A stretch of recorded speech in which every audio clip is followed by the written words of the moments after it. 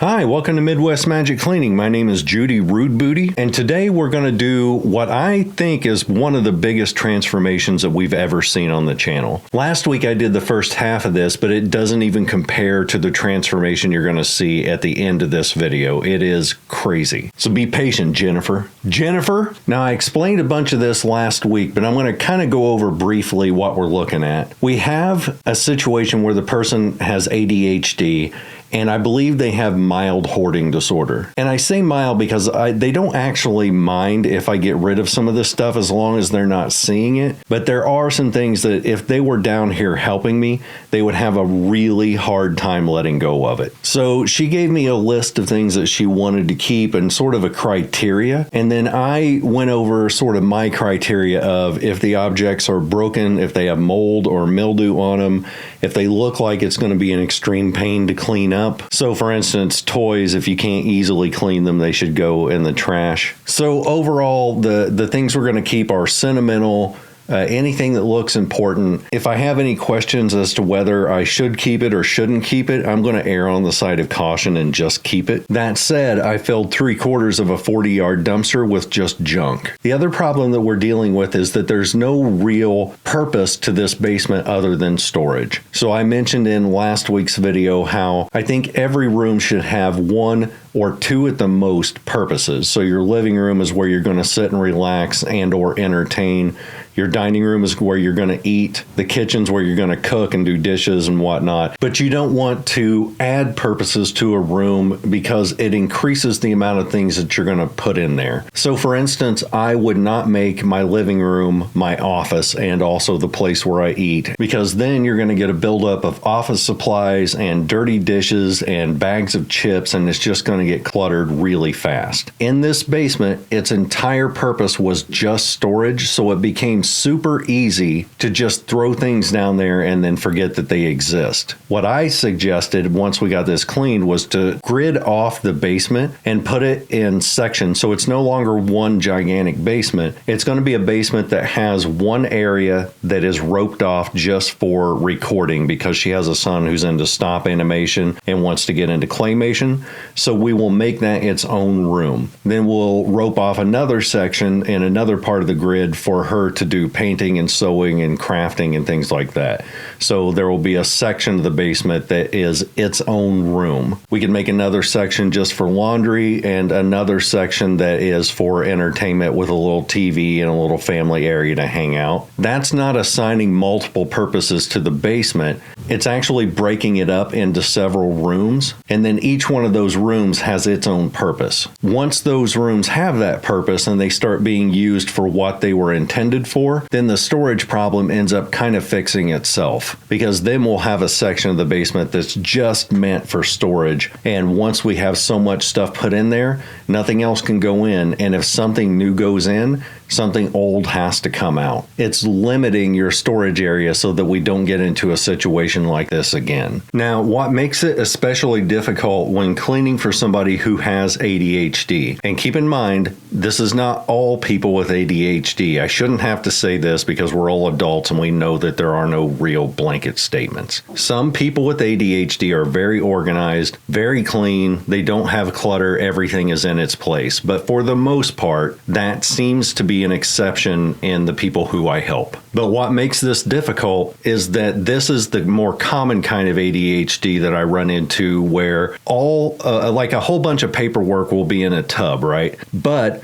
there will be a handful of really important pieces of paperwork or special items like pictures or birth certificates or just super sentimental mementos from your childhood. And it'll just be crammed into a box full of junk mail and old bills and pamphlets and just things that don't matter and should have never been saved in the first place. So the first video that I made in this two-part series was me going through tens of thousands of pieces of paperwork, finding the things that were meant to be kept and getting rid of everything else. The reason I bring this up is because the first half of the basement was way more difficult, even though it seemed to be less cluttered because of that. She had a problem with paperwork, obviously, but then she had a bit of a problem keeping old kids' clothes that no longer fit the kids. So the things that she was saving was, on top of the paperwork and the clothing, was a bunch of toys and a bunch of kid-related stuff. There was so much old homework that I decided I was going to keep the things that were special, the things that were crafted by the kids for their mom. Anything that you can tell the kids just did out of boredom, I got rid of. Almost all the old homework went. But if it said, "I love you, Mom," or "Happy Mother's Day," "Happy Birthday," things like that, I went ahead and kept those because they hold a memory value. A lot of parents who have ADHD, especially if it's in combination with mild hoarding disorder, they tend to keep every scrap of homework the kids ever did because throwing it away feels like you're disrespecting the kids somehow, like you're throwing away a memory. And it's often the same with birthday cards, wedding cards, get well cards, sympathy cards. You can tell there's a difference between cards that were given because they were remembered at the last minute. So they were given in the way I would give a card. Oh crap, it's my mom's birthday. I need to run by CVS real quick and pick up a card. Versus cards that have handwritten notes or for a really special event. So as I was going through old cards, most of the old cards were thrown away, but the ones that had special stuff attached to them for very special sentimental occasions, I kept. The reason I'm telling you that is because there are the same sort of situations in clothing. You'll find old baby clothes or their first blanket or their first pacifier. You'll find old Halloween costumes that were from their very first Halloween. I will tend to keep stuff like that and throw away all the other stuff that was just like a random outfit. She did tell me that all the clothes that were meant for the kids that they had outgrown, so just regular everyday outfits that they had when they were in elementary school, all those could be thrown away, and that helped out a lot.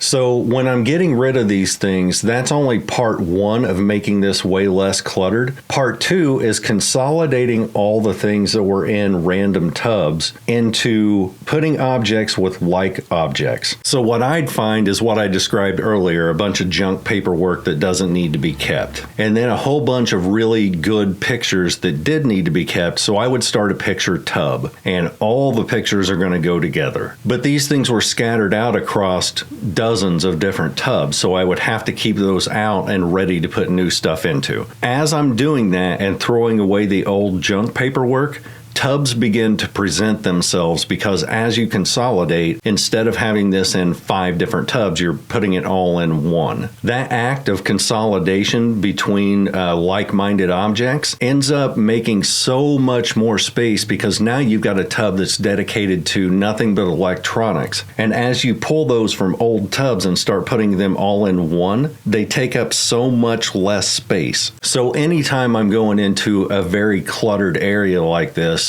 I'm going in with a 2-step process. Throw away the trash, consolidate everything else, and then it's just a matter of stacking.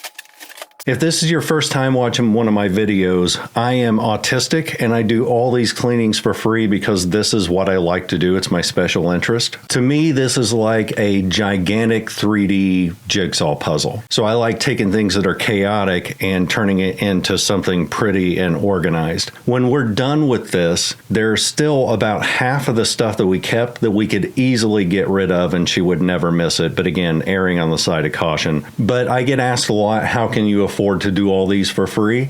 It's simply from YouTube ads. And so the more people who subscribe to the channel, the more money the channel makes, which means that I can help more people.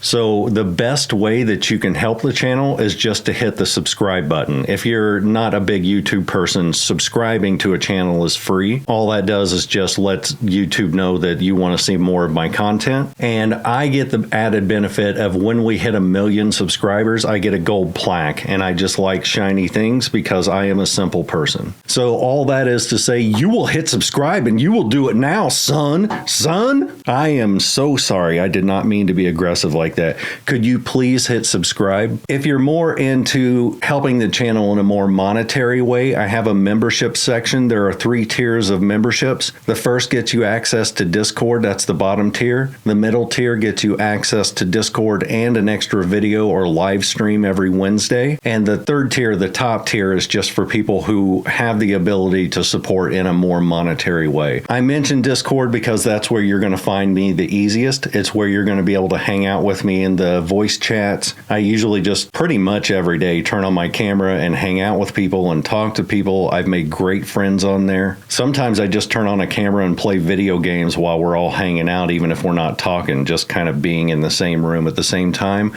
If you're having trouble connecting your membership to Discord, you're going to have to do some Googling. I had to do it myself because it's not super complex, but it can be a little bit buggy. But I'm sure if you're having trouble, you can ask around in the comment section and somebody can help you out in some way. But hopefully I'll see you there. If you can't afford memberships, do not freaking get one.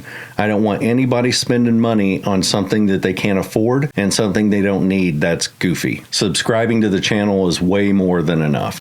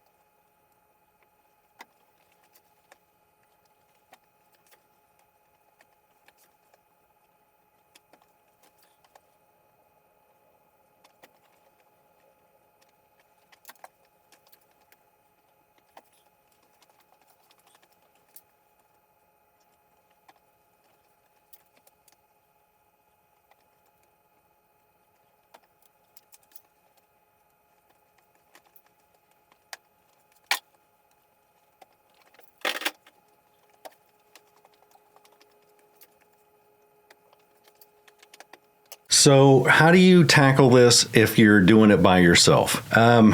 First, you're going to have to be patient, and I mean really patient, and take it slow. This took me about a week, working about 4 hours per day, and you have to take into consideration that I'm a professional, and I've done like 300 of these, so I know what I'm doing. The average person is going to take them a lot longer. This could take somebody a couple months. My first recommendation is to not get a bunch of storage tubs. You may start out with a handful, maybe 5, but you're going to find that as you get rid of stuff, tubs make themselves available. And so I wouldn't go overloaded with tubs, because you're going to end up with a whole bunch of more at the end of this cleanup, and you may even end up with an excess. I ended up with an excess by the time I was done with this. My second suggestion is to take lots of breaks. So there are times where I would work for 5 or 10 minutes and then take a break. Other times I got really into it and would work for an hour solid and then have to force myself to take a break. If you try to do this all in one shot, just going balls to the wall, you're going to wear yourself out, and you're going to be so sore that you're going to have trouble walking the next day. It is a lot of physical work. But the big thing I want you to keep in mind when you're doing a project like this is you're going to make it way messier before it gets cleaner. Like to the point where you're going to look around at the room and say, oh my God, I made this so much worse. That's a part of the process, and you have to trust it, because when you're going through a bunch of tubs like this, you have to put the things inside it elsewhere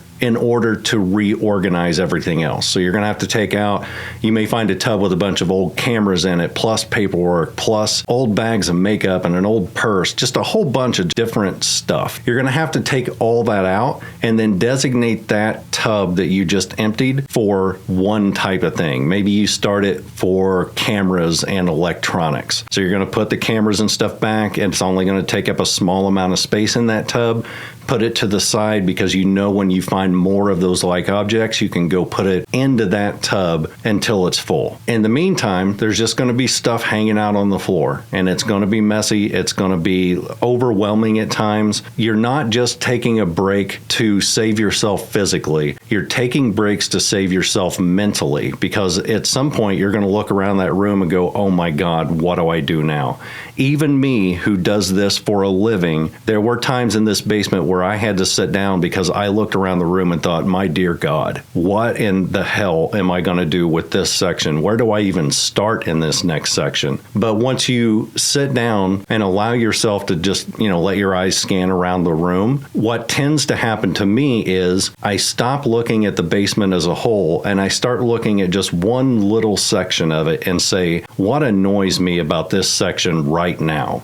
Then when I turn on my camera again, I go to that section and I just start working on that annoying section until it's done. So I would look around a section of the room and say, there's just a ton of clothes here. I want these out of the way. So I'll just start moving them, refolding them, consolidating them, getting rid of the old ones, and cutting down on the amount of space that those clothes take up until they're all packed away. Then I could worry about stacking them later. Another big suggestion I have for these cleanups, get rid of your old boxes. You got an old box that your TV came in, but you don't want to get rid of it because what if something happens to the TV? If you've had that TV for more than a month, it's probably fine. Just get rid of the box. Old video game boxes. I have never found somebody who's needed the box that their old Xbox or PlayStation came in. If it's still working, if there hasn't been any problems with it, just get rid of the old box, because when you start getting rid of not only the boxes that stuff came in, but your old quote unquote good boxes that you could save to pack stuff in later, it's going to free up at least 25% of the places that I've cleaned up in my experience. And most of the time, it can clear up half of the space that's being taken up in your storage room. So just boxes, get rid of them. If you've got a place that allows you to burn cardboard, burn it. If you got a place that allows you to recycle it.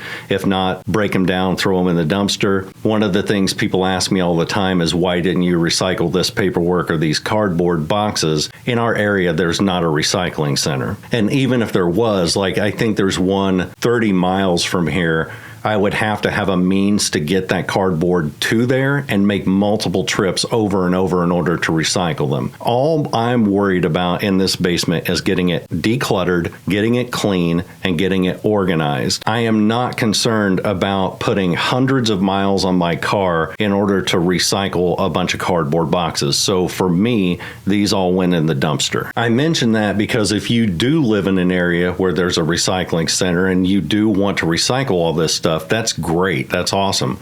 Just keep in mind, you're going to have to factor that time, the gas, and the effort it's going to take to get those things to the recycling center. I'm not saying it's a bad thing, but you do need to factor that in because you're already going to be spending a ton of time cleaning out the basement itself. Then you're going to add a massive amount of time on top of that just trying to recycle the old stuff. The other question I get is, why didn't you give all this stuff to the homeless or a women's shelter or a church or, some sort of kids thing, bring it to the kids store? I don't know where that would be. There are several reasons. One is that I don't think a lot of this stuff is donatable because some of it had white mold, black mold, mildew. There's a lot of these toys that were broken or missing pieces. And a lot of the donation centers that you would take this stuff to won't take them unless they're pristine condition. And sometimes they have to have the box they originally came in, which I just told you to throw away. All you're doing by donating this stuff to those places is causing the people who work there to do a whole lot of extra work to throw this stuff in their dumpsters because they can't resell it, they can't give it away. In my area, we don't have homeless shelters, we don't have women's shelters because we don't have those problems in my area. I live in the middle of cornfield, Illinois. The parts of Illinois that aren't Chicago, it's just corn and soybeans as far as the eye can see. We don't have homeless, we don't have any women's shelters, or if we do, they're very, very sparse and difficult to get to. If you start to dump this stuff off at a church, now they have to deal with throwing them away because they're not going to give these dirty, broken old toys to kids. I personally, if I'm cleaning out a place that has a lot of extra stuff that makes me feel bad to get rid of, I will personally just donate some money to a worthy cause. I know not everybody can do that. I am fortunate enough that I can, and that's how I make up for it. Is I'm like, well, I can either donate my time to some place for a worthy charity, or I can donate a check, or I can buy some toys for, an autistic school. But as I said in my last video, if you work at one of these donation centers, please let people know the horror stories you've dealt with, from people dumping old junk off and how bad that piles up and why they can't do it. Because I've got dozens and dozens of people who work at places like that who've all told me their own personal stories of how people have the best intentions, but it ends up being worse dropping off the stuff there than just throwing it in a dumpster. So how do you know what to throw away versus what to keep?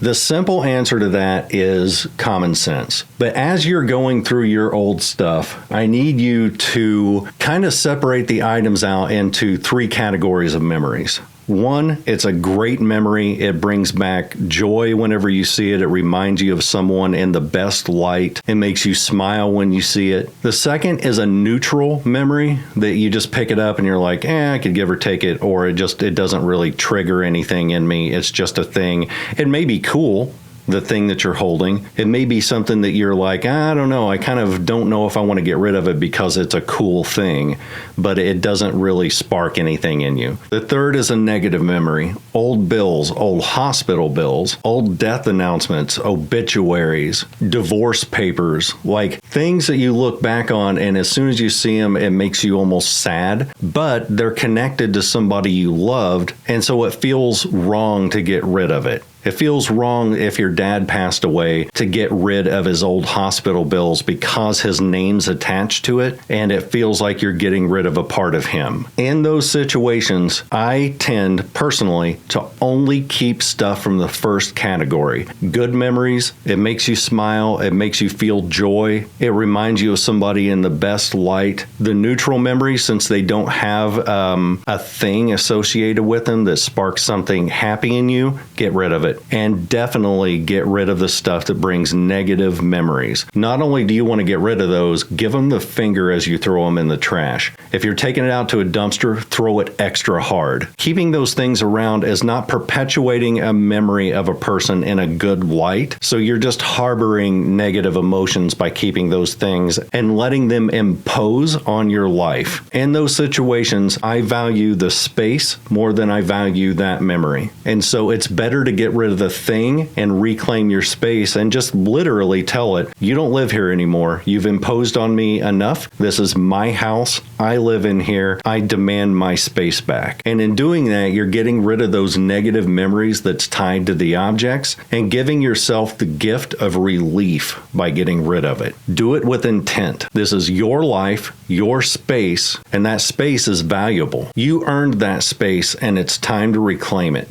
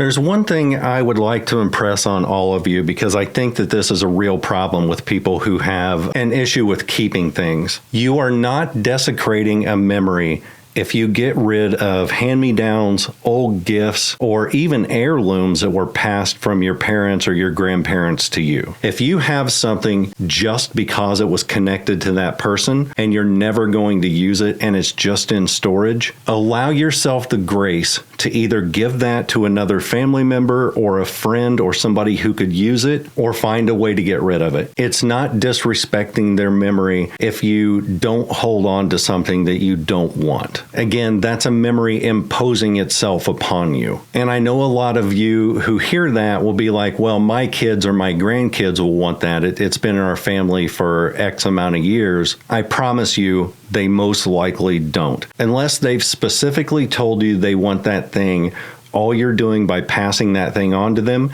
is imposing that memory upon them. And I totally get it. There's an importance that's attached to an object when it's been handed down, especially if it's been handed down through your family lineage. If it goes beyond your grandmother and goes into your great-great-great-grandmother who handed it down and then down again, and it made its way to you. You don't want to be the part of that chain that breaks. I get that. And in some cases, it's okay to go ahead and hold on to the thing just because it's been around your family for so long. In most of the cases that I've found, the things that are not displayed in the rest of your house along with your regular decorations, if that's just put into storage, you don't like it to begin with, or you just don't have room for it, and you're keeping it out of some sense of weird responsibility that you didn't want to take on. My suggestion is to find somebody who wants to take on that responsibility. Make it their family heirloom. I mean, how special would that gift be to one of your friends if you say, this was brought over during the Civil War, and it's been in our family ever since, and I think I would like to gift this to you if you want it, because I believe you're that special to me in my life. The entire point of a gift is to show somebody how special they are to you that you went out of your way to get this thing for them, or to even include them in the thing that's been a part of your life since you were a little kid. And in that vein, I think that there's no better way to honor that memory and to honor that lineage than to include somebody you love and gift that to them. Because when you do that, you're saying, you're special to me.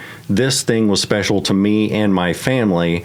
I would like to include you in that. Whereas before it was, yeah, this thing is special to me, but it's just taking up space in my basement and giving spiders a place to make nests. One is honoring the gift. The other one is just storing it and putting it out of sight, out of mind. But I don't know, maybe I'm just thinking of things in a different way than most people. That may be my autism. I don't need a thing to remind me of my grandmother. She had an old antique dresser because she liked the way it looked. It matched her house. It matched her personality. It was cool for her house. It doesn't match anything in my house. Even if I think it looks cool, it doesn't go with any of my stuff. I'm not going to build the rest of my decorations around this thing to make it match. And if the dresser disappears from my possession, the memory doesn't. Will there be a family member who gets mad if you give this to somebody else? Fine, give it to them. If they loved it so much and they wanted it kept in the family, they can take it. But don't bind yourself to objects out of some weird sense of responsibility.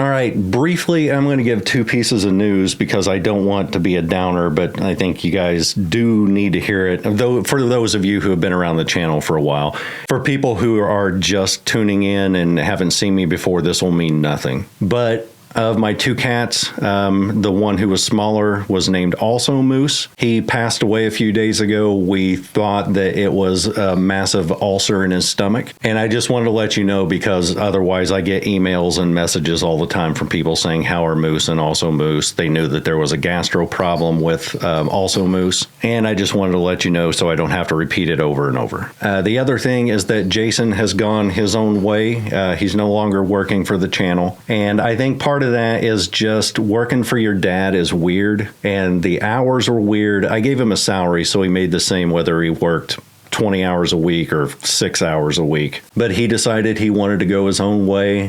So we parted on good terms. Again, he's my son. It does mean I'm going to be looking for another personal assistant. If you don't know where I live, then you don't live close enough to be my personal assistant. If you do live in my area, you likely know about me already. I am going to be looking for somebody who doesn't mind being on camera, who does the things that you've seen Jason do in these videos before. So there's lots of heavy lifting from time to time. There's going to be times where we're cleaning a really gross house, borderlining on toxic. But also the personal assistant part is making my appointments, doing calls I don't have time for, picking up my meds when I'm busy working on the channel, and just lots of things like that. It's a personal assistant. If you live in my area and you're interested and you don't mind being on camera and all that, feel free to hit me up. My email is on the about section of my channel here. You will need a car that is reliable, that is insured, because a lot of what I have people do whenever I have a personal assistant is run a ton of errands for me, and you're not taking my Camaro. Hands off the Camaro, man. For those of you who are members, I will see you next Wednesday. For everybody else, I'll see you next weekend. Later.